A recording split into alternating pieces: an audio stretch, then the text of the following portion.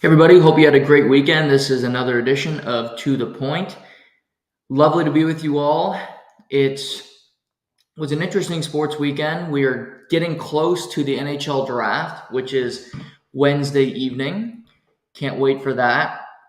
We got a few NHL trades to talk about today. We got free agent frenzy, which will commence on Saturday. You can see long-term extensions for certain players, such as Bill Nylander, Austin Matthews, as soon as Saturday. So the NHL world will have news and notes throughout the week. We're going to talk about some of the things that did not happen this weekend in the NHL. Going to react to UFC Jacksonville, a number of interesting fights, interesting results, and where does the promotion go from here? Keegan Bradley wins the Travelers Championship, his second win of the season on the PGA Tour. And the Cincinnati Reds have a new superstar, and they have an interesting team for the first time in a very long time. So lots to chat about today. But I want to start with the trade that didn't happen. And it's hard to talk about a trade that didn't happen because we don't know all the pieces. All we know for certain is that the Philadelphia Flyers and the St. Louis Blues were trying to pull a trade together this weekend. And it looked like it was going to go through. Multiple insiders, the people, were chatting about it. And then Sunday morning, late Saturday night, it hit a snag. The trade did not go through. There will be no move. And you're left wondering, what was this trade going to be? It sounded like Kevin Hayes was going to be a St. Louis Blue. We know that.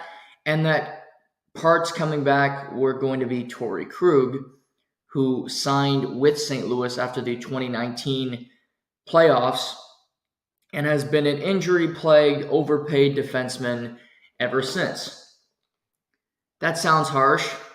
It isn't. Torey Krug's a good player, but the Boston Bruins got to a Stanley Cup final and said, we don't need Torey Krug. We don't need him. He's a good player, not a bad one. But nevertheless, he left Boston, Torey Krug.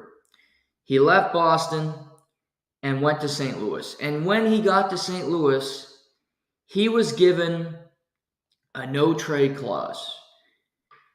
A no-trade clause to a player that was coming from another team, which is what I want to talk about today. Just to put this into perspective, he signed a 7-year, $45.5 million contract with the Blues in October of 2020. That was the COVID year. Things got a little bit weird. That's why he was a free agent then. It was in the bubble, or just about in the bubble. So that's what's happening there. Torey Krug. So the interesting thing is not, would the trade have been interesting to talk about today? Sure, but there's a more interesting angle to this. And it's about general managers and what they're doing. First of all, Torey Krug's a good player, but he's small. He doesn't fit the league currently, and $6.5 million for third or fourth defenseman is a lot of money. And I wouldn't have given him that contract. And that's why Boston let him walk, because Boston's a better organization, top to bottom, than St. Louis, in my opinion, although St. Louis beat them in the Stanley Cup Finals. If you push back on that opinion, I don't blame you. But you bring in a player that has not been on your team. You want him as a free agent. He wants money. And you give him a no-trade clause. You give him a no-trade clause, so when you want to move him because you regret giving him the contract that made no sense, now you can't because he's got a no-trade clause.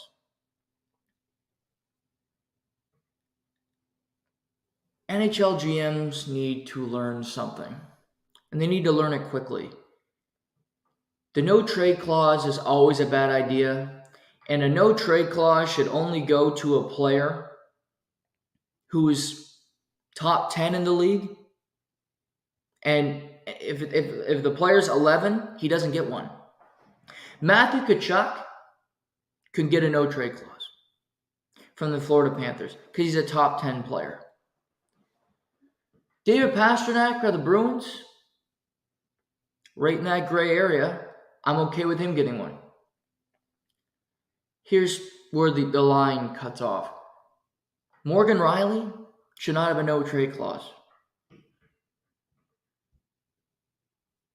Cole Caulfield should not have a no-trade clause. Alex DeBrincat, player X, these players that are good players, but they're not elite, never should be getting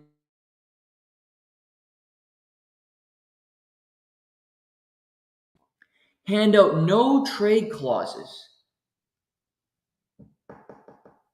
like they're fucking Tic Tacs. To put this into a better perspective, NHL GMs hand out no trade clauses like Oprah handed out vehicles. You get a no trade clause, you get a no trade clause, you get a no trade clause, and it makes no sense. We want to sign you for now, but then we want to move you when we actually know that you're not that good of a player. We want to get better. Oh, wait, we can't. Because the stupidity of what we did 2 years ago is screwing us now. Why? Why give out no trade clauses to fringe all-stars? Why give out no trade clauses to players that aren't worth it? Torey Krug did nothing wrong this weekend. He said no. He said, I'm not going to Philadelphia. And I don't blame him one bit. Because it was his right, and St. Louis was stupid enough to give him a no trade. So he said, you know what, I'm staying put. I'm not going to Philly. I don't want to lose the next couple of years and get paid to do it. I want to stay here in St. Louis where I at least have a chance to compete.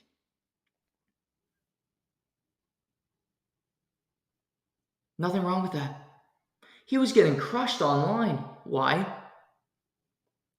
You know who should be crushing? Doug Armstrong, the brilliant GM who gives out no trade clauses like nobody else.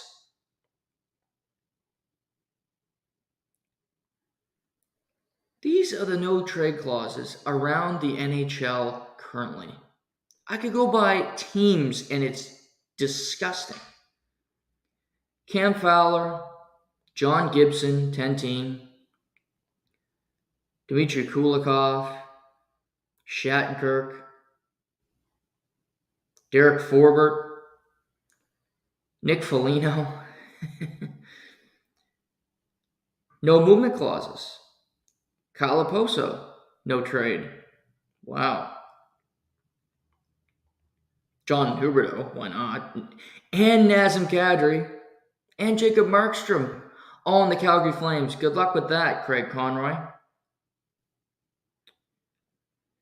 But I want to get down to St. Louis because I could go through every team. I got it pulled up here. I wanted to pull this up for you guys because it's just how staggering and how much it happens.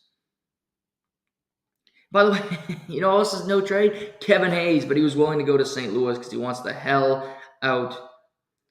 Here's St. Louis's no trades currently.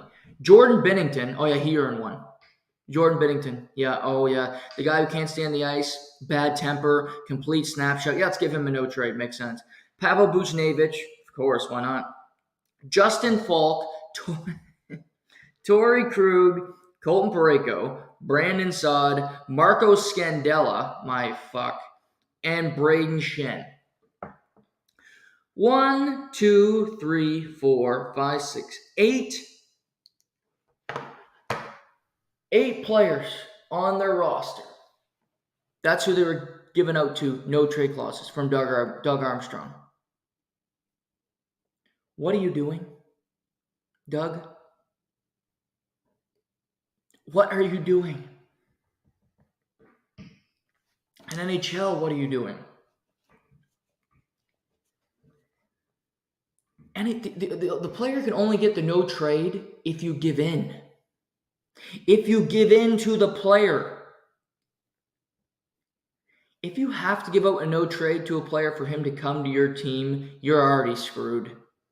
You're already fucked because they don't want to be there anyway. They want the money that you're offering and an ability to control their destination.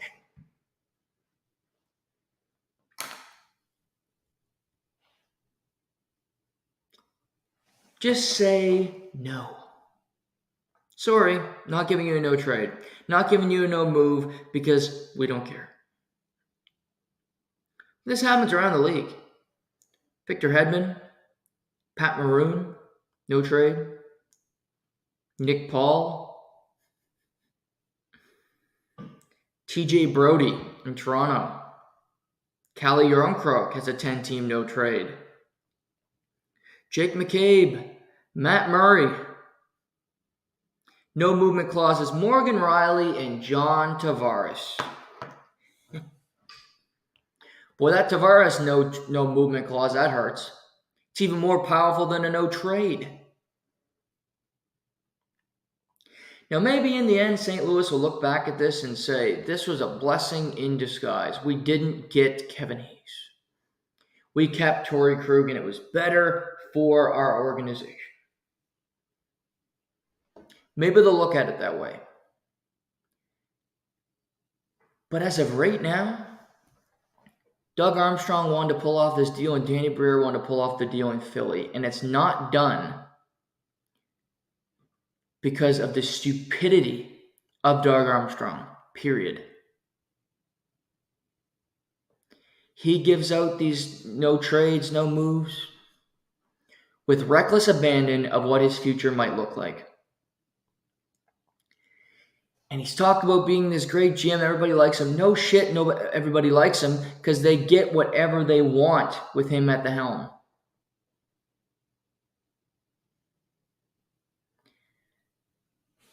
Some of these players coming up, I'm really curious to see what happens in free agency.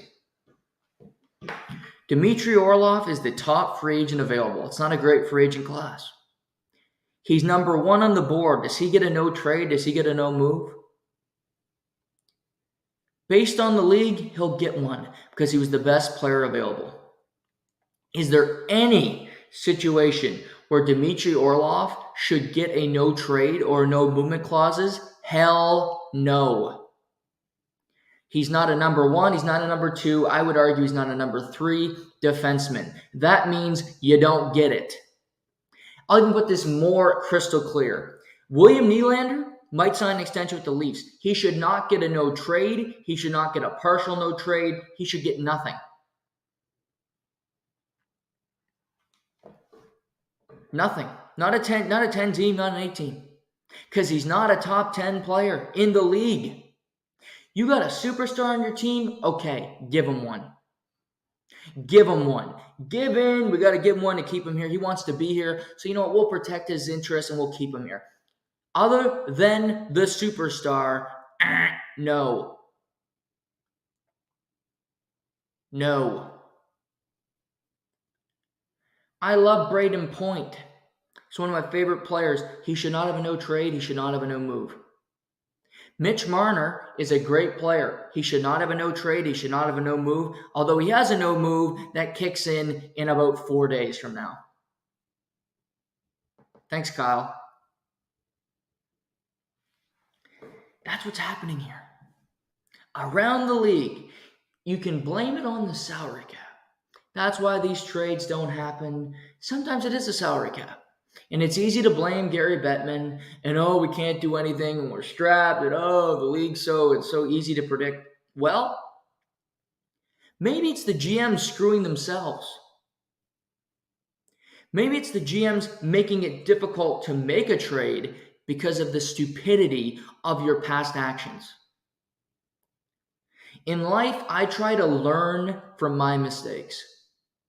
I try to look at a situation and say, what did I do here? How did I fail? How can I not fail the next time? Doug Armstrong, Kyle Dubas, Brad Treliving, All these GMs, Julian Breezewell, Steve Eisenman, Jim Benning, Kelly McCrimmon. You got the job because you're good at it. But if you want to constantly be competing, which is the narrative we hear, and for the most part, it's true in the NHL because teams that are old, that have no business trying to compete, continue to try. That I've talked about many times here. You know what I'm talking about. They make it difficult for themselves to try to compete or move off bad contracts and reboot, tank because of past mistakes. Now, this deal may come through. Maybe Torey Krug says, I'll accept the deal if I don't end up in Philly. Is there another location I can end up at that I'll be happier? That's still a possibility, but this trade has been over 48 hours and nothing's happened. And Torey Krug has done exactly what he should. He's doing what's best for Torey Krug. And in life, you should do what's best for you because nobody else is going to do what's best for you. They're going to do what's best for them. They're living life the right way. These idiots gave you a no-trade clause because when they signed you, they wanted you to play in St. Louis for that whole 7 years. Or at least they said, well, because they give you a no-trade, you have the ability to play there the rest of that 7 years if you want. And the organization has nobody to blame but themselves for dishing out a no-trade to a fringe defenseman who's small, who isn't based for the playoffs, and has been deteriorating physically and on the ice the last 3 years.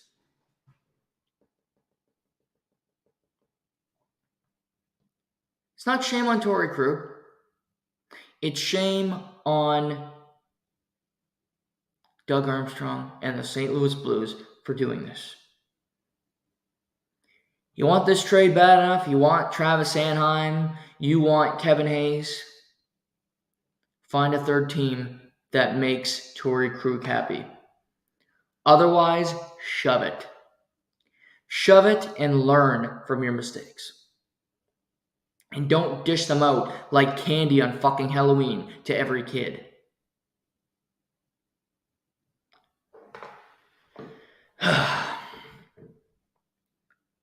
There's also a whole lot of rumors about Pierre Luc-Dubois going to the Los Angeles Kings.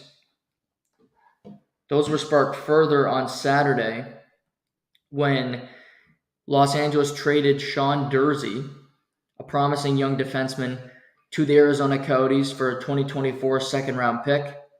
This cleared $1.7 million in cap space.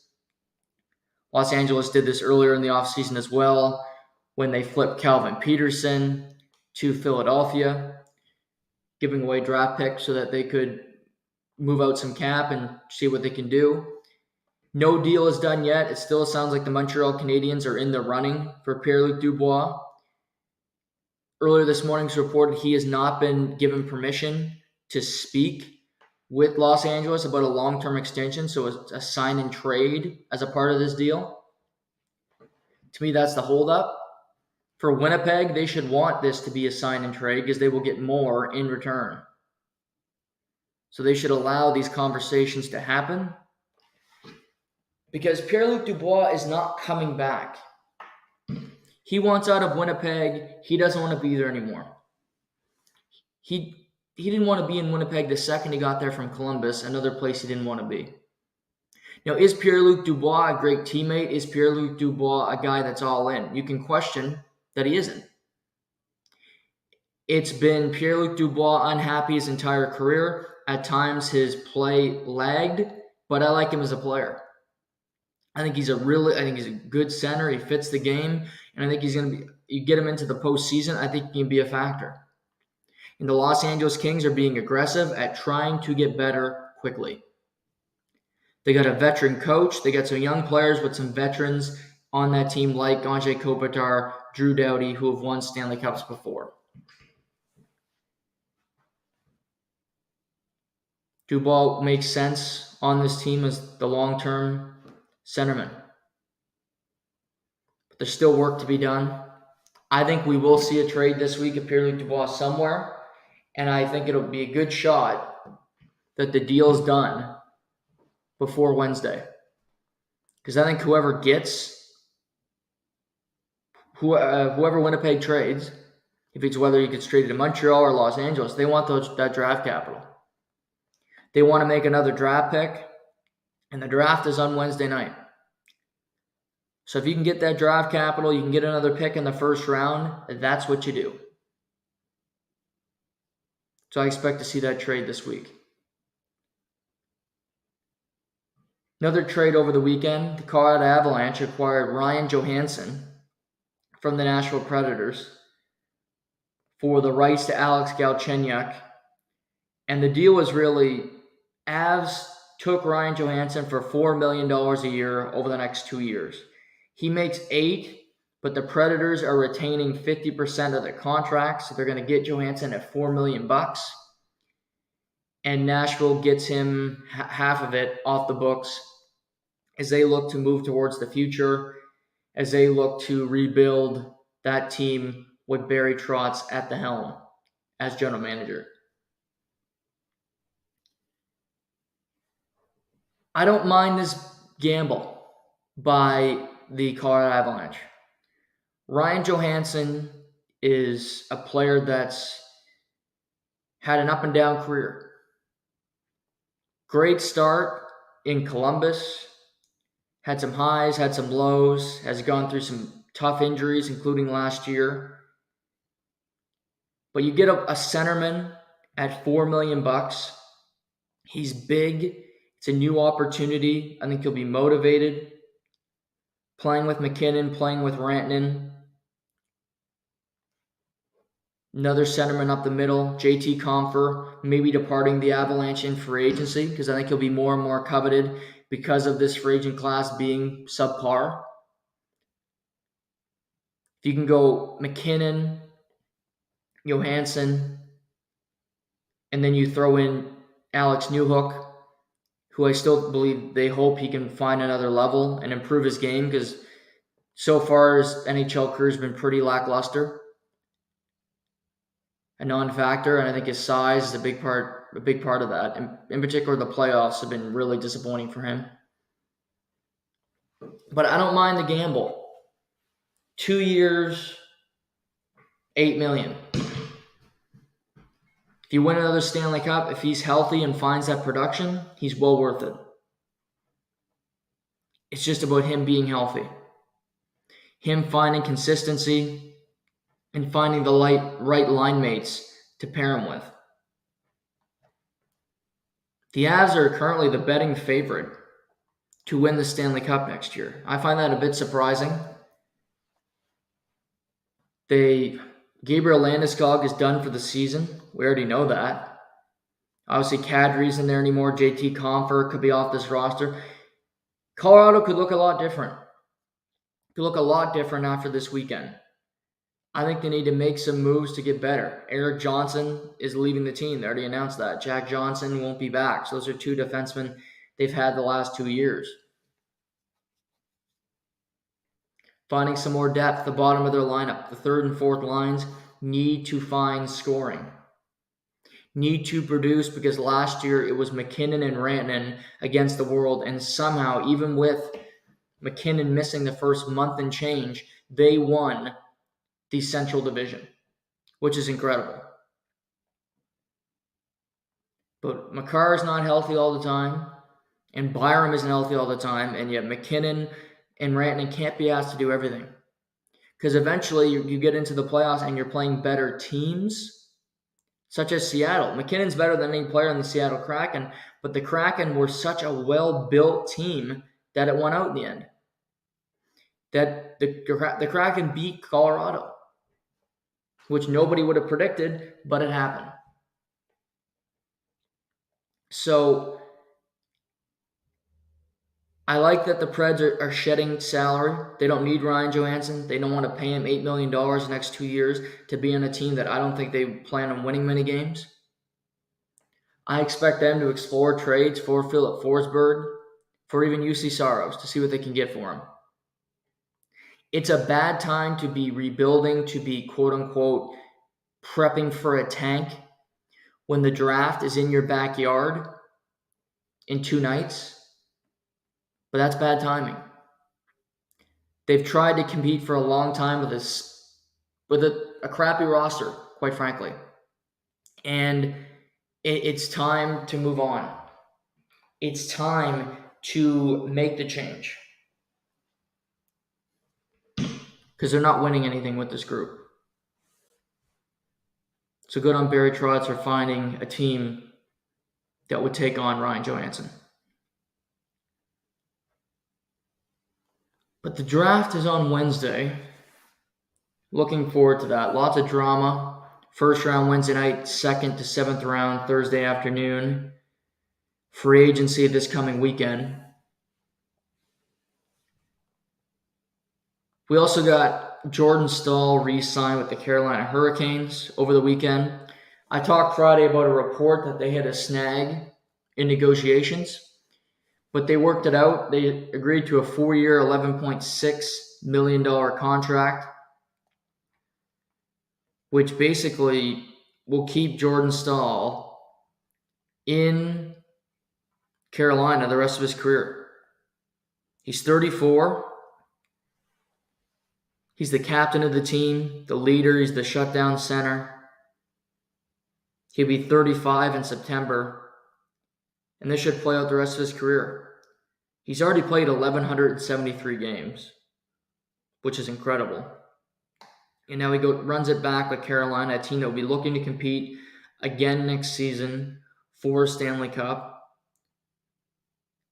They framed the contract so he makes a lot of money up front, over $3 million this year. And the last year of the deal, it's only for $775,000, which is a smart way to do business. The only thing I don't like about it, they give him a no trade, which I just talked about why it's stupid to do that. So I'm not going to reiterate the already excellent point. But this is where Jordan Staal should be. I don't mind this signing, again, because you have money at the end of the deal where he might not even want to play. That last year of the contract, he very well could be, decide to retire and say, I'm done with this. But I myself think of Jordan Staal as being an older player. I remember him being drafted second overall. It was a long time ago. He was in Pittsburgh when he won the Cup in 2009. He's been in Carolina ever since. Bits and pieces of seasons, he's been the captain of the team. They had the era with him and Justin Falk where they split duties. But now he's the unquestioned leader of the team. He does whatever Rob Brendamore asks, and he's just a good soldier.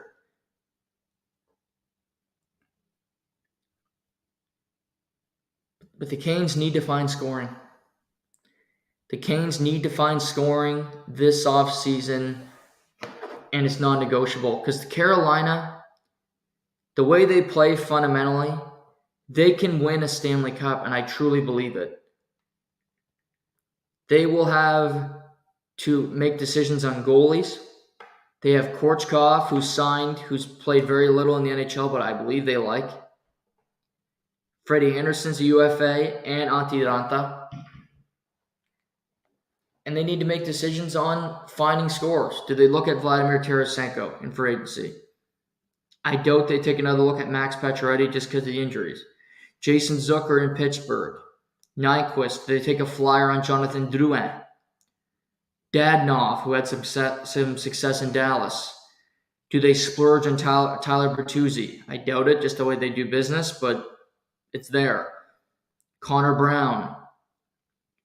JT Compher, who's a center, who I just mentioned from the Colorado Avalanche. For me, the thing for Carolina is trades. They have a lot of really good defensemen on that team. And I know all we hear is that the Toronto Maple Leafs are trying to re-sign William Nylander. It sure looks like they're not going to trade Mitch Marner. They're going to re-sign Austin Matthews. And maybe they'll completely run it back. And that's the way it seems currently, with Riley and the whole bunch coming back. But if you can get Brett Pesce for William Nylander, I would make that trade if I'm the Toronto Maple Leafs, and I would make that trade if I'm the Carolina Hurricanes. Because I think it makes sense for both teams. The Toronto Maple Leafs need a Brett Pesce on their team. The Carolina Hurricanes need a William Nylander to help them score some goals. This is a win-win for both teams because both players are very good, and it's a hockey trade.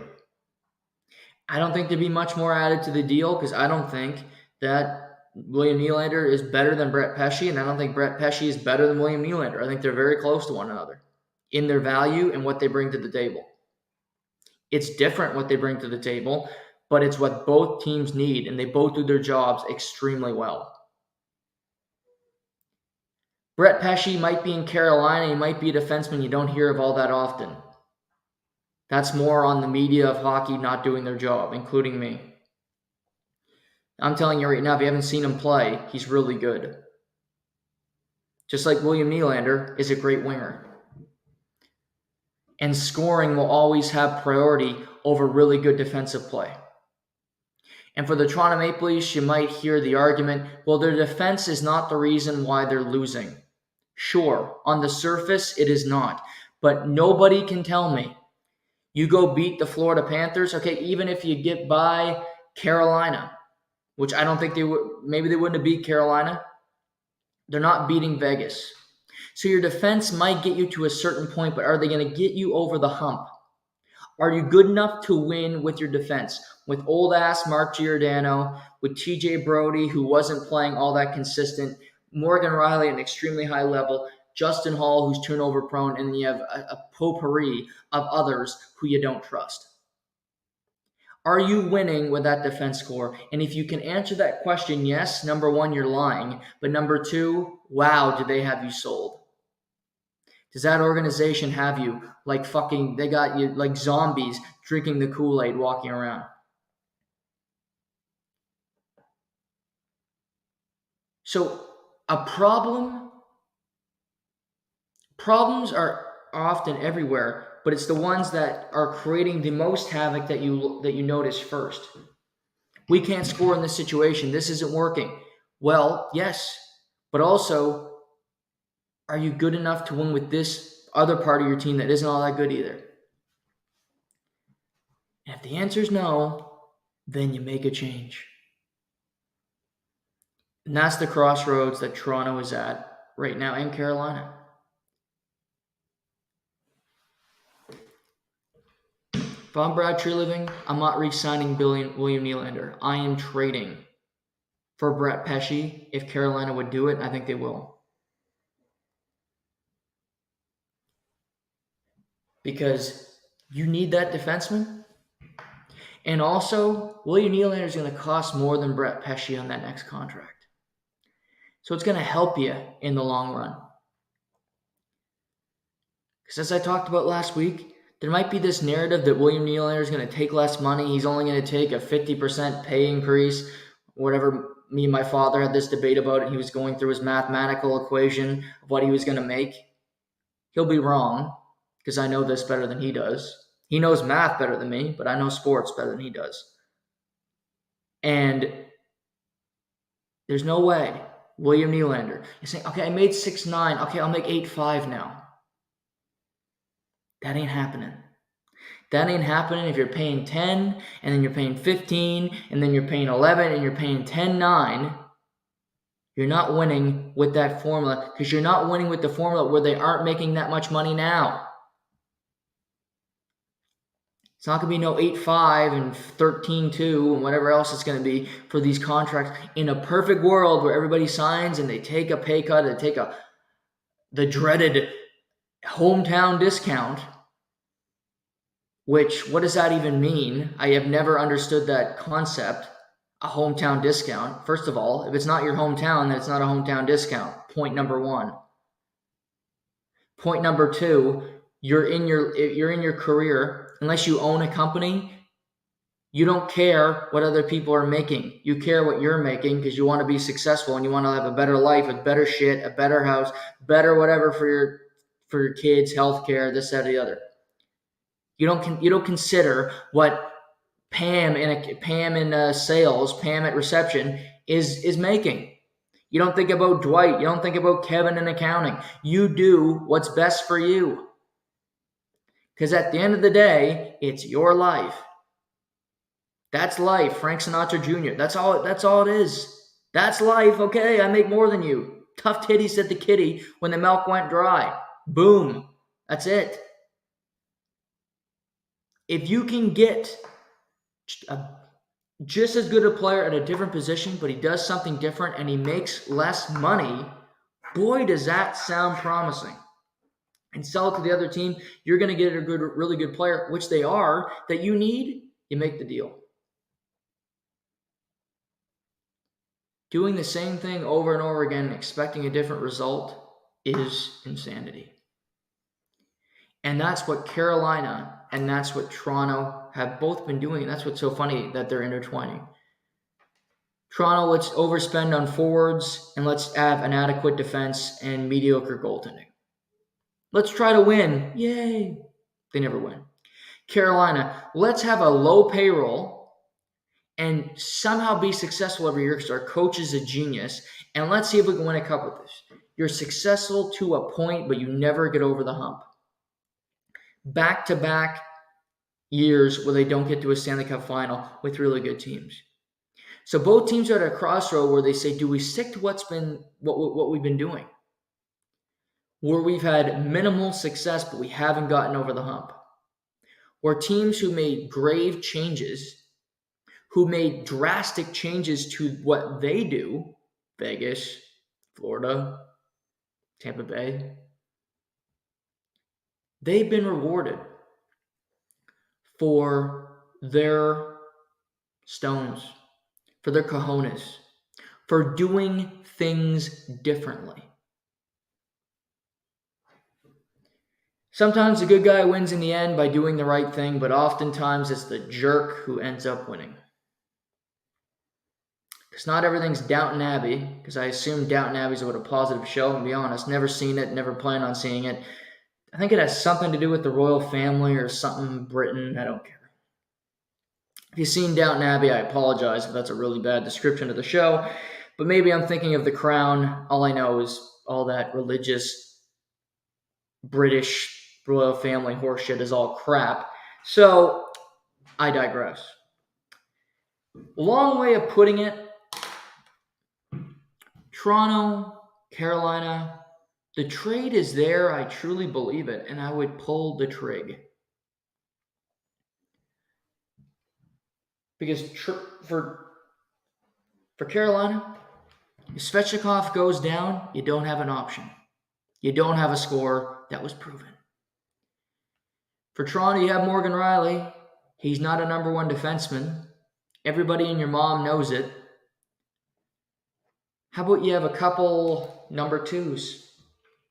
Because the odds of you getting a number one defenseman, unless you're willing to trade, number 16, which I talked about earlier in the offseason on this pod, then you're not going to get one.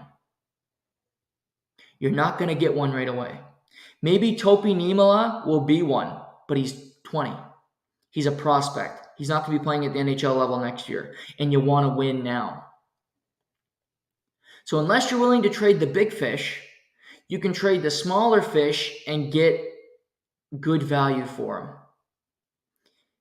You trade a small fish for a small fish, and you have a couple number two defensemen on your team.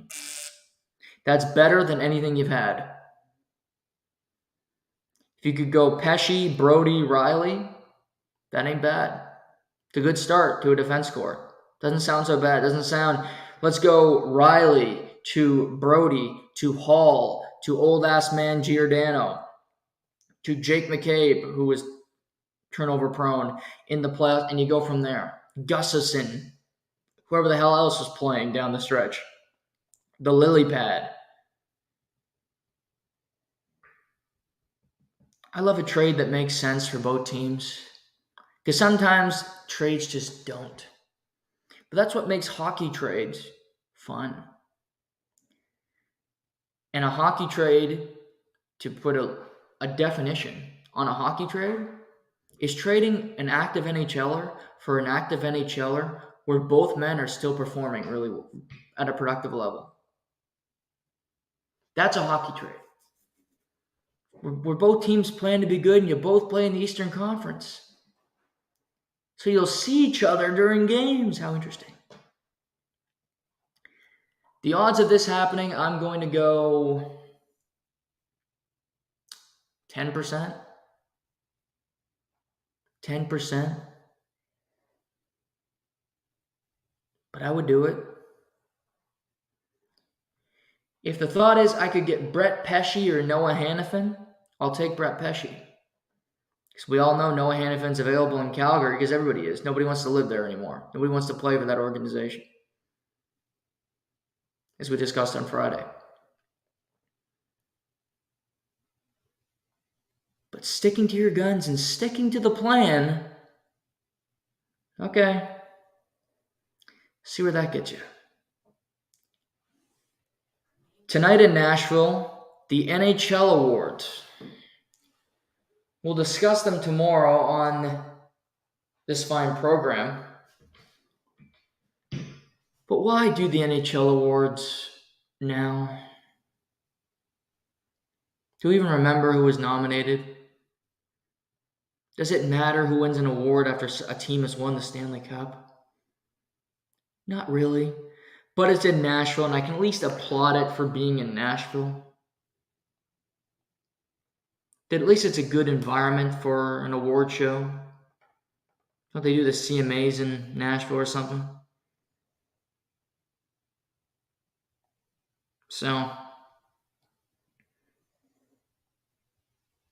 we'll see. But that's this evening, and we'll talk about who will win. Who will win the awards, and what I either agree or disagree with on the regular season. Couple easy answers. The Hart. The Vezina will be interesting. I think Erik Karlsson's going to win it. I don't think he should, but he's going to. I'm already mentally preparing for it in my brain.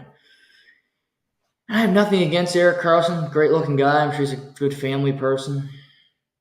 Good hockey player. But should he be able to win three Norrises? Pardon me. No. That bothers me so much to my core. We'll discuss that tomorrow and any other news around the NHL with trades, and as we get closer to the draft on Wednesday with different mock drafts and buzz around certain prospects. Let's pivot to the UFC. We had UFC Jacksonville this weekend, and it turned into an interesting card. I'm going to start right away with the main event. I'm going to go through some of the big fights and big results, but I want to start with the main event. Coming into this fight, you had Josh Emmett in this main event at featherweight. Josh Emmett, who was ranked number 5, and Ilia Topuria from Georgia, ranked number 9. Topuria was 13-0 in his pro career coming in and had shown great promise. Had submitted Bryce Mitchell and was rising, just a complete stud. He said before the fight, if I beat Josh Emmett, I should be the next man to fight Alexander Volkanovski for the featherweight title.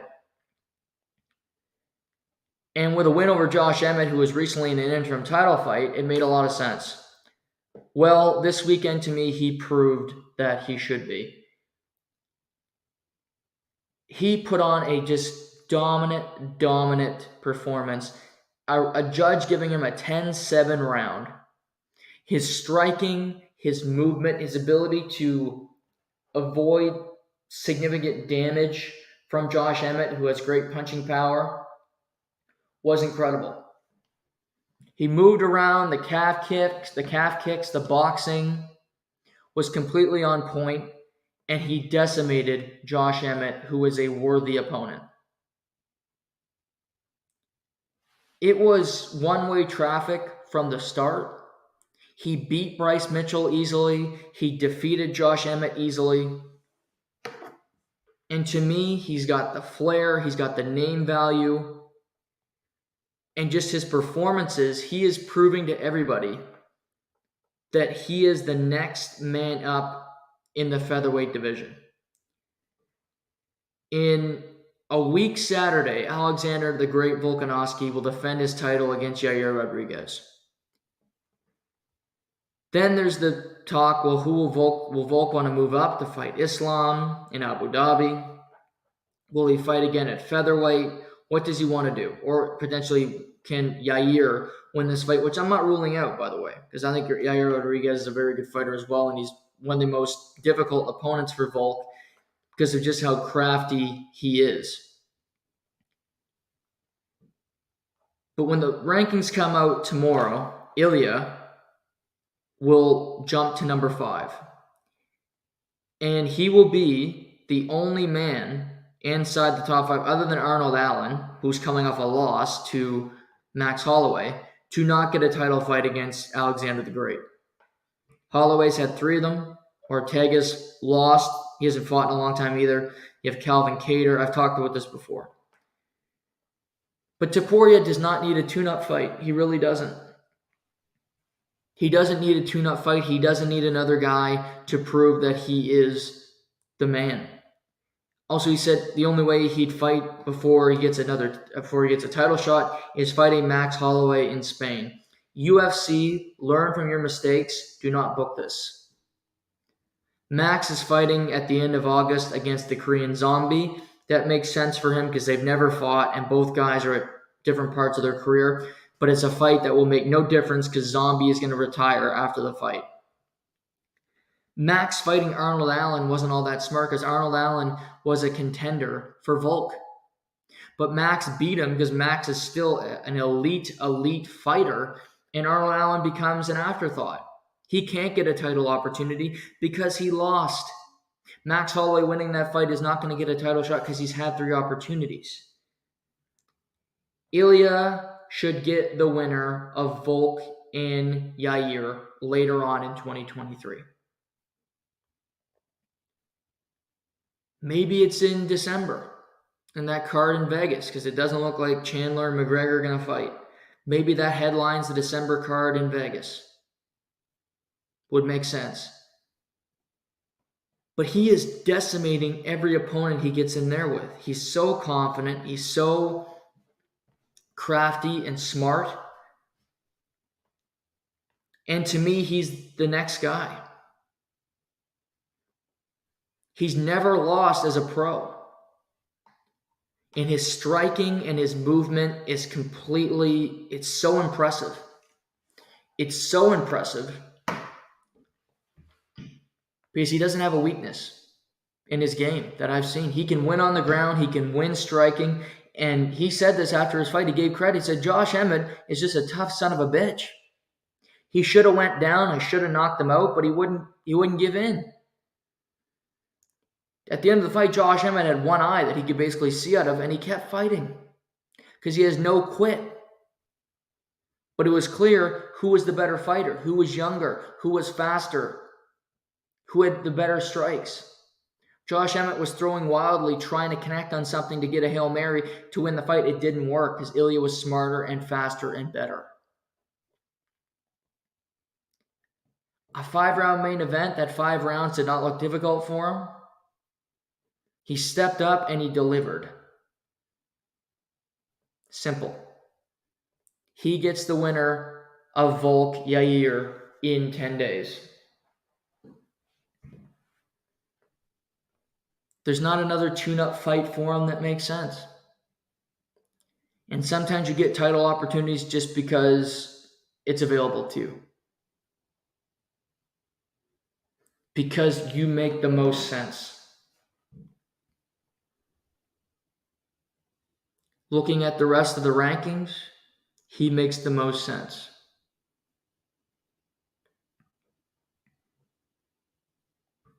But credit to him, because Josh Emmett is not a bad fighter. He's no slouch. He went out there and dominated that performance.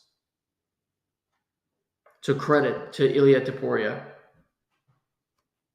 for his output and his overall performance on Saturday afternoon. Also Saturday in the co-main event, Maycee Barber won her 5th fight in a row in a really impressive fashion, knocking out Amanda Ribas, getting on the mic, calling people out, and she will jump to 9th in the flyweight rankings. And now it's just finding the right opponent for Maycee Barber. They viewed her as the next big prospect, and she can still be that for the UFC. Because the flyweight division for the women currently is by far the best women's division in the UFC. Because you have Manon Farrow, who was announced this weekend. She will be fighting Rose in France in the beginning of September. Tyler Santos announced she's going to be fighting Erin Blanchfield in Singapore. This fight was supposed to happen in February. It's going to happen now. 3rd and 4th in the rankings. Santos had a title opportunity a year ago, March. I thought she won the fight. They gave the decision to Valentina. She's very good. So is Erin. You have Jessica Andrade, who's still very good. Jennifer Maia, who's coming off a big win over King Casey O'Neill, who's a solid fighter. Andrea Lee, and Yasmin Yavadevichis, who is the Canadian who just jumped into the top 15, who's showing more and more promise fight after fight. For Maycee Barber, to me, I would book her against Lauren Murphy because every other person has a fight. She's not going to get the Grasso rematch right away. She said she wants it. She's not getting it right away. Because Blanchfield is going to fight. If she wins, she'll get that title opportunity. I totally believe that.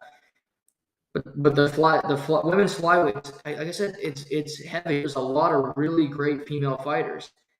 I would book her against Lauren Murphy for a couple of reasons. I think she's going to win the fight, and that's part of matchmaking by the UFC, is booking a fight that you think will be entertaining, but also booking it against someone you believe that she will beat. Lauren's coming off a loss to Jessica Andrade in January. It's been a minute since she's fought. Maycee's had quick turnarounds. And I think Lauren still wants to, she's an older fighter. I think she's 39 now. So she doesn't have a whole lot of time left in the game. But Maycee likes quick turnarounds. She wants to remain active. She said that. She fought in March, beat Andrea Lee. She fights in June. She beats Amanda. Could there be a fight in Abu Dhabi? Could there be a fight at Madison Square Garden? I think that would be an exciting thing for the UFC to get Maycee Barber on the MSG card. Against Lauren Murphy, that works. That's a sellable fight. I think that's a good fight. That would get, with a win, Maycee into the top 7, and then you go from there. And then she really has to prove herself against the best of this already loaded division. But an impressive performance. Her striking looked on point. And 5 straight wins is 5 straight wins. She has completely found her game again, and she looks dialed in and ready to attack the flyweight. Brendan Allen, a middleweight that I love, defeated Bruno Silva via rear naked choke, another rear naked choke victory for him. He was 13 in the rankings. He fought Bruno, who was unranked, but again, a very good fighter, and he gets a win. To me, he is a promising up-and-comer, and he's similar to Ilia in the middleweight division because he's fresh, and he has not fought Israel Adesanya. Now, he's not going to get a title shot next, but he gets a first-round finish. He looks extremely good doing it. So what do you do with him? Well, you could book him against Roman Duelise because Tuolise is number 9th in the rankings. He's just fought Marvin Vettori in a close loss.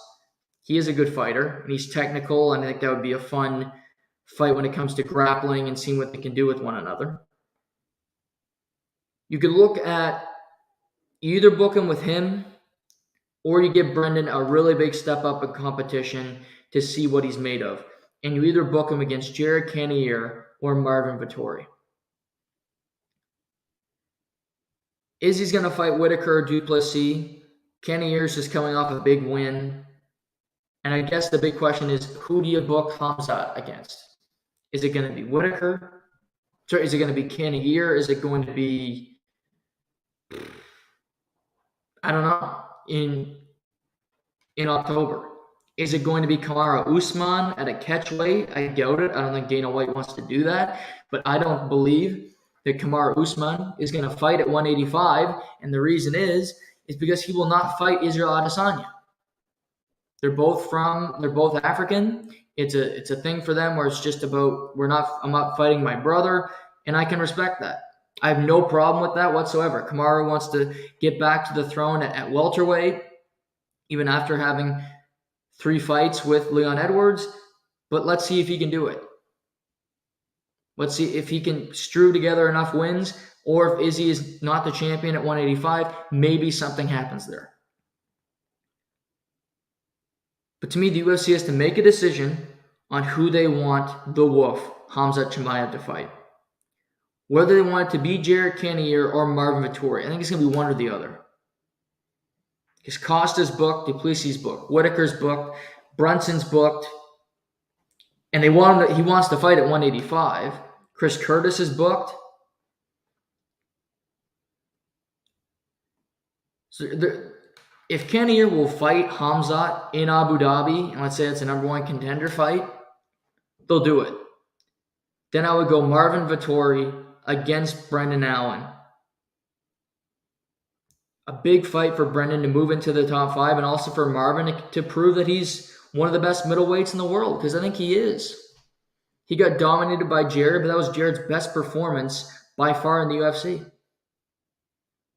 I've never seen him like that aggressive, that technical. It was an impressive performance. But Marvin is 19-7-1. He's a really good fighter. He's never been knocked down. And he's lost to Whitaker. He's beaten Paulo Costa. He's beaten Kevin Holland. Beaten Jack Hermanson. And he's lost to Izzy. He's lost 2 times. He's lost 2 times to Israel Adesanya. Everybody loses to Izzy. He's the best fighter of his generation. He's one of the best middleweights of all time.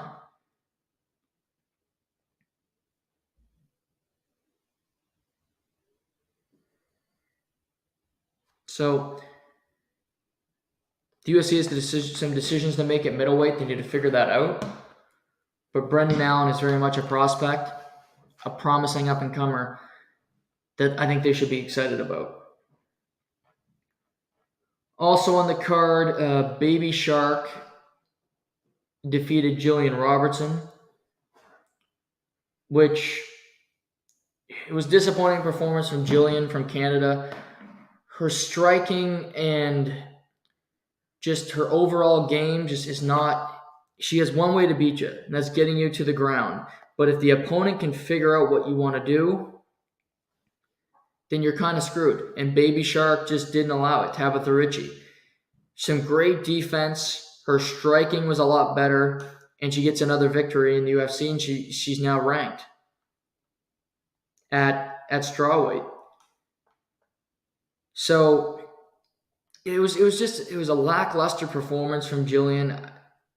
Her coaches were kind of saying that you're going to regret it tomorrow. But Tabitha just looked like a better fighter. Jillian's striking will never be good enough to scare an opponent, and I don't think we'll ever see her rise all that high in any division, because she's got one component to her game, and if she can't get to that component, she's not going to beat anybody or anyone of a high caliber. Neil Magny is still the gatekeeper. He defeats. He had a Neil Magny fight. It was up against the cage. He wins via decision. I think that was his 15th win via decision in his UFC career, which is the most of all time. But he beats Philip Rowe. Good for Neil Magny. Keeps his ranking, continues to fight, and he knows what he's doing out there. Rude boy Randy Brown got a huge victory. Chepe Mariscal, who's the new training partner of Justin Gaethje, and Trevor Peek had the fight of the night. Chepe landed 145 total strikes, 71% accuracy, which is incredible. 4 for 12 on takedowns, had 1 submission attempt, and gives Trevor Peek his first career professional loss. Incredible. It wasn't fight of the night. It should have been. Should have been because those two completely balled out. Diva Nanama scored a viral knockout of Gabriel Santos. We're doing the Adesanya celebration. But overall, a very fun card in Jacksonville. Very fun card. I enjoyed it. Early afternoon start. This weekend, it's at the Apex, which is never exciting because there's no fans, but Sean Strickland against Abus Magomedov. But the card is actually very good. That 5-round main event, you have Damir Ismagulov against Grant Dawson. At lightweight, both fighters are very good. Damir's coming off a loss to Arman Tsarukyan, but he's looked good in his UFC career. But he's fighting Grant, who's 19-1-1 as a pro. He just defeated Mark Madsen, who was undefeated. He's defeated Jared Gordon in his career. And he gets his biggest challenge to date in Damir. That should be an interesting style matchup. Max Griffin against the undefeated Michael Morales, who we have not seen fight in a long time. He's gone through some injuries. The kid's good. He's only 24. Ismail Bonfim, who knocked out Terrence McKinney in January. Him and his brother both look to have a lot of promise, like they're going to be something special in the UFC. You have the return of Kevin Lee on this card. It's going to be a good one. Even it's an Apex card, but it's still a solid one before we get to the International Fight Week pay-per-view on July 8th.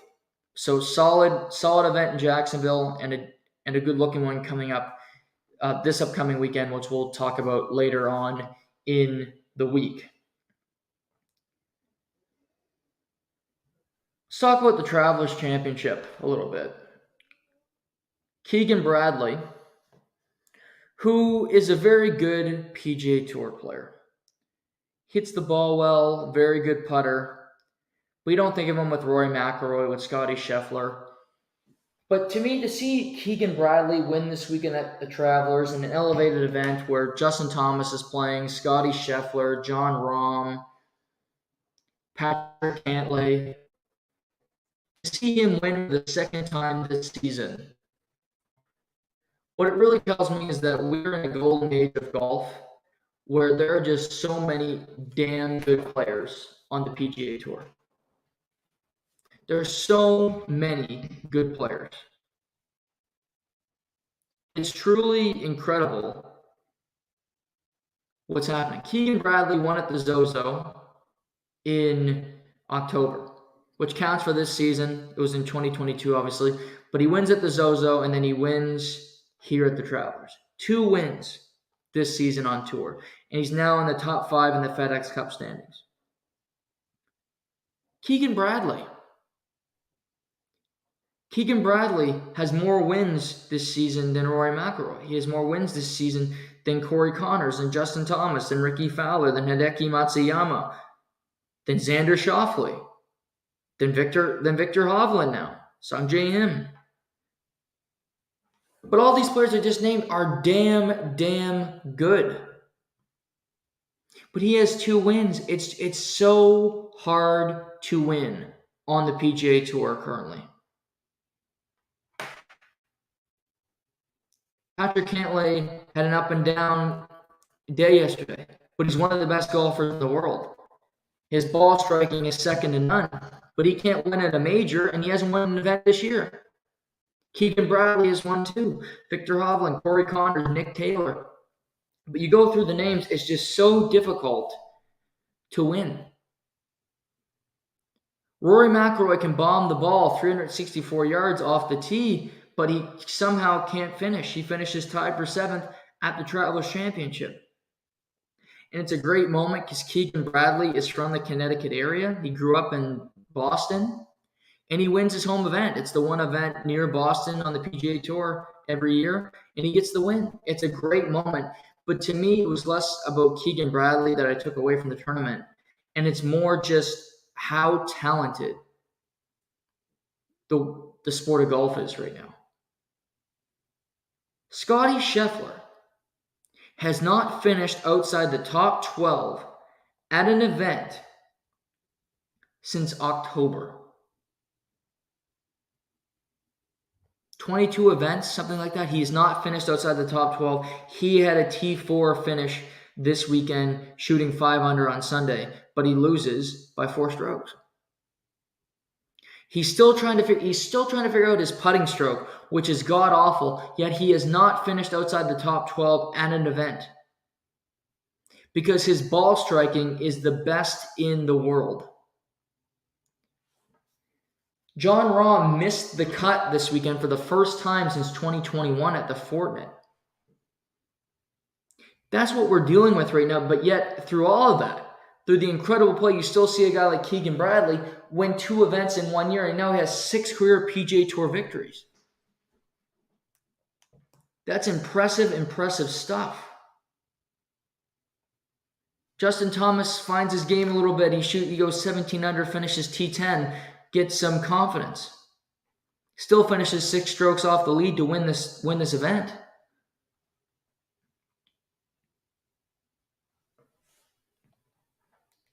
We have one more major this season. That'll be the Open Championship next month.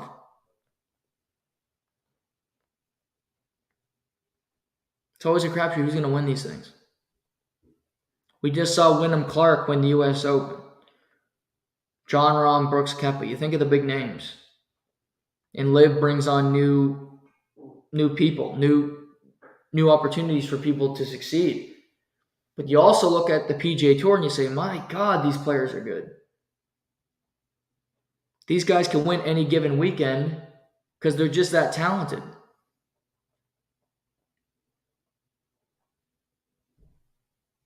But I just look at the game currently, and I watch it every week. And I'll be watching the Rocket Mortgage from Detroit this weekend. And before, if it wasn't an elevated event, it wasn't interesting. That was the talk. Well, there's nobody here to watch. And only 8 of the world's top 30 are playing in Michigan this weekend. But you have Tony Finau, Max Homa, Justin Thomas, Colin Morikawa, Sung, Tom Kim, Hideki Matsuyama, and Keegan Bradley are playing back-to-back weekends.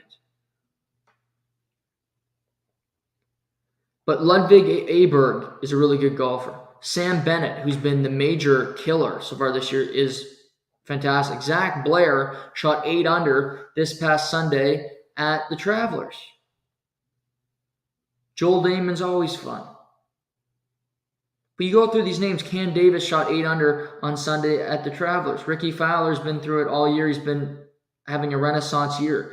Tom Hoagie is a very good player. It used to just be, okay, you got to find the big names, so let's find the tee times and people that are interesting. But if you are a hardcore fan of golf, you know going into every event, anybody can win it. And it's not that crazy to say that anymore. Because before, you wouldn't have thought, okay, Nick Taylor can win this event, but he did. JJ Spawn can't win an event on the PGA Tour, yet he's won 2 events. Not this year, but all in his career.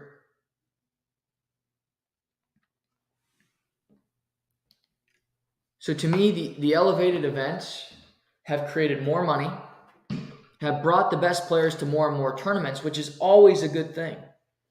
But I also think the play is getting so great that it's phenomenal to see what is transpiring when it comes to the other players improving their game to such a degree. I mean, for God's sake, Scotty Scheffler's made $6 million in the last 2 months, and he hasn't won an event. So the money's improving, but all these players are improving as well, and they're showing up, and they're just striping the ball.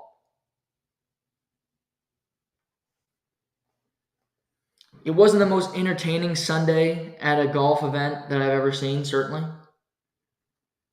Because Keegan Bradley was winning the tournament from about 3:30 in the afternoon. You knew he was winning. Nobody could catch him. He was locked in, and there was just too many potholes that players kept running into. So congratulations to him. But as we head into the Rocket Mortgage and as we head into another major in a few weeks, the game of golf is in a really good place. And that's regardless of the LIV merger. That's completely separate because of just the players who are playing week in, week out right now. They are all playing at an extremely high level. Major League Baseball over the weekend. Major League Baseball was in London, England. Do you know that? Cubs, Cardinals, 2 games set in London. Interesting. I watched a little bit of both games. Marcus Stroman left to start yesterday with an injury. He's having a great year. Should be an interesting trade chip for the Chicago Cubs at the trade deadline. Still has an ERA under 2.50. I understand Major League Baseball doing this. I understand sending the Cubs and the Cardinals, 2 of the best brands in the sport. The only problem with it this year is that both teams aren't very good. The Cardinals, you could argue, have been the most disappointing team in Major League Baseball. I would make that argument. They are last in their division. The Cubs are third. But both teams are below 500, so it's not exactly nobody's jazzed to see these teams play. But they're going back in 2024. They had ESPN, they had Fox over there. So good to see that at the very least. Was it a success? We'll have to wait to see the ratings, things of that nature, ticket sales. And if there's a buzz about Major League Baseball in London, England. To me, one headline from the weekend about Major League Baseball, it's not that Vladdy hit 2 home runs playing against the Oakland Athletics. He should have hit a home run before June. I'll let Sportsnet Central, Blair and Barker, who actually do a good job on their podcast, talk about the Toronto Blue Jays. I'll leave that for them. I'll leave them that content. You're welcome. If I had to pick one thing from Major League Baseball this weekend, it's the Cincinnati Reds. And the funny thing is, the Cincinnati Reds lost 2 of 3 games this weekend to the best team in baseball, the Atlanta Braves. They lose 2 of 3, but the interesting is every game was a 1-run game. And to me, the Cincinnati Reds are interesting. The Cincinnati Reds are entertaining for the first time in a very long time. Cincinnati has a team that you can root for that is interesting. They have a superstar prospect named Ilia Cruz who hit for the cycle Friday night. After just being in Major League Baseball for 2.5 weeks, he's hit for the cycle. He's taken the game by storm. He's stealing bases left and right. He jogs. He seems to just burst out of the box. He looks like he's going to hit a grounder to the third. It turns into a single just because of his hustle and overall effort. And Joey Votto is back healthy. And before the season, you think Cincinnati Reds are going to trade Joey Votto because they're not going to be a good team. But now he had a 2-home-run game on Friday, and Cincinnati is in a different place than they have been in a long time. They are first in the National League Central, but only by half a game and only lead by 3 on the Chicago Cubs. They are not a great team. Their pitching's okay, but they're interesting. Their leadoff hitter hits 300. They have this kid McClain, who's batting 325. Cruz is batting 333.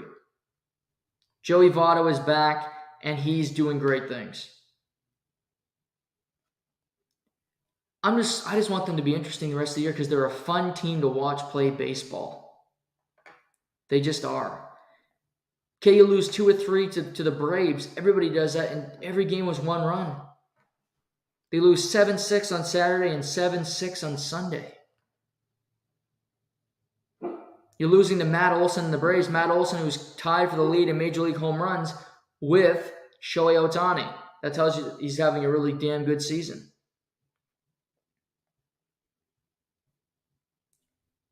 But I like seeing players that are interesting, teams that you don't expect to be good that are. Seeing Cincinnati play the brand of baseball that they do, it's why they made changes to the game, why there's more speed, why the game is quicker. It's just a better product overall. I don't know what's going to happen the rest of the year. I would have more faith in Milwaukee being great the rest of the year than Cincinnati because Milwaukee has guys that have been there, done that. Corbin Burns has been a gas can all year, but he's a really good pitcher. They have guys like Christian Yelich, Willie Adames, Rowdy Tellez, Ramel Tapia now. It's a veteran team, but they've been through wars and they've made the playoffs before. Where teams like Cincinnati are looking to figure out how to do this. But the National League Central is a convoluted mess. The Cubs are 3 games out of first. They're below 500. Pittsburgh's lost 12 of their last 13. They're only 5.5 back in the division. Cardinals are 8.5 back. Could they still make a push for the division? I think they can, even though they're not a good team whatsoever, and they should sell at the trade deadline.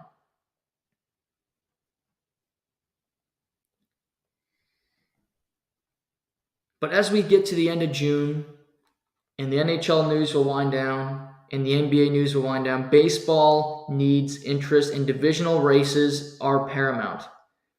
Baltimore is now only 4.5 back of the Tampa Bay Rays.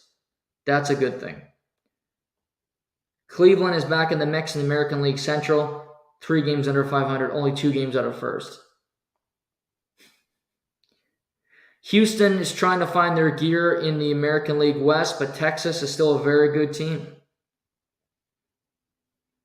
Miami is 9 games over 500.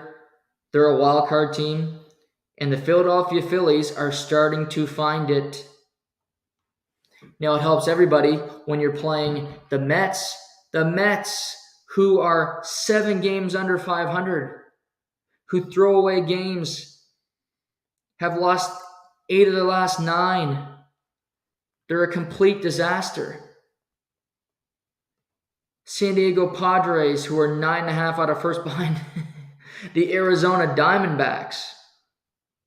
The D-backs continue to find ways to win, as does the San Francisco Giants, who have a half a game lead over the Dodgers in the National League West. There are races in Major League Baseball that are interesting to me, that will be interesting to follow. The Blue Jays are an interesting one here in Canada because that's the only team you got and they show every game. But tonight, if you're just got cable and you're watching baseball, TSN has Brewers Mets, Sportsnet has Cincinnati Baltimore. 2 interesting games. I want to watch Cincinnati play because I want to see Cruz play. And Baltimore is one of the better teams in baseball. At Camden Yards tonight. We also got Brewers Mets, where the Mets are completely imploding. Justin Verlander is on the mound. But again, Milwaukee's intertwined with Cincinnati. They're battling for top spot. So you can track both games, see what happens. You also got tonight Shohei Ohtani. No, he's not. I thought he was on the mound tonight. He's not. Pardon me. I thought he was against the White Sox. He's not. Should be, though. He's on the mound tomorrow. He had a great start last week. But to me, that's what baseball needs, is just interesting stories, interesting races to get people's attention, and seeing players like De La Cruz, like Friedel, come up and make an impact, play with a different style. It's not just power-based. Like the Yankees. The Yankees found a way to win yesterday. Aaron Judge is going to be out a while. He's got an injury. His toe, he needed surgery, and he's been out a while already, and this team is leaking oil. Their pitching was never that good. But now you look at it, you got Gleyber Torres, Harrison Bader's asked to be the king, Anthony Rizzo, Giancarlo Stanton, who's batting under 200, DJ LeMahieu, no thanks. Volpe, who's a kid who's batting under 2. They have three guys batting under 200 that play regularly on this team. I don't like that recipe. Now, the Blue Jays are a good team, but they need to prove it against a real baseball team. The Oakland Athletics are a factory of garbage. They might as well be feral waste. That's what that team is. They bring nothing to the table. They're not good, and that's not proving anything. For Blue Jays fans, you got the San Francisco Giants for 3 this week. That's a series. That's a team that's playing for keeps. That's a team in June who believe that they can make the playoffs. They're ahead of the Dodgers currently. It's a surprise start. We're almost to July. We're playing good baseball. You go beat them. You give some people something to think about. But you got to do it. Can't just be against the Oaklands of the world and then everybody else should play like complete shit. But the back end of that bullpen, the Blue Jays pitching on paper is better than any team in their division, including the Rays, for that matter, including when Shane McClanahan is injured, like he is currently.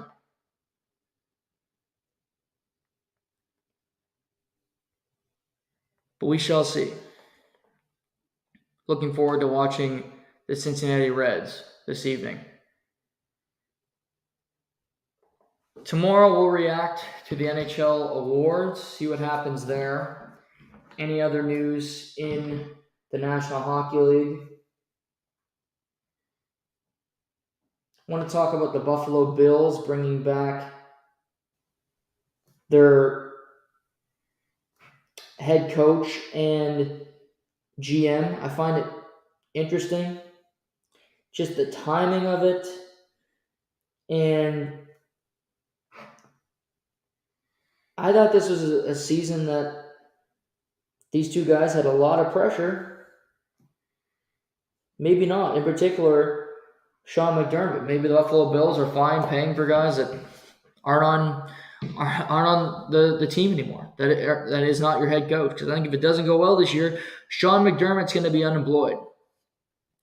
I could be completely wrong, but that's just the feeling that I get. Didn't get to the CFL today either. We'll likely talk about that tomorrow. React to some CFL news and notes from around the weekend.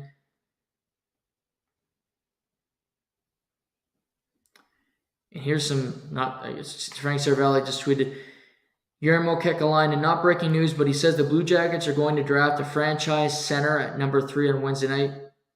So that tells me they're drafting Leo Carlson and they're going to be passing on Michkov. So good for him. Good for him. Oh, we'll get more into him throughout the week. The great Russian player that who is going to take? Maybe San Jose will get just a great player sitting there. Will they take him? That's the biggest question. Would they be willing to take him because he won't only be here in 3 years like every other prospect? Wait, what happened there? But we'll see. Fun show today. Hope you had a great weekend. Have a great rest of your Monday, ladies and gentlemen. And we'll be back right here tomorrow to talk to all of you. Till then, take care. This is the point. This is To The Point.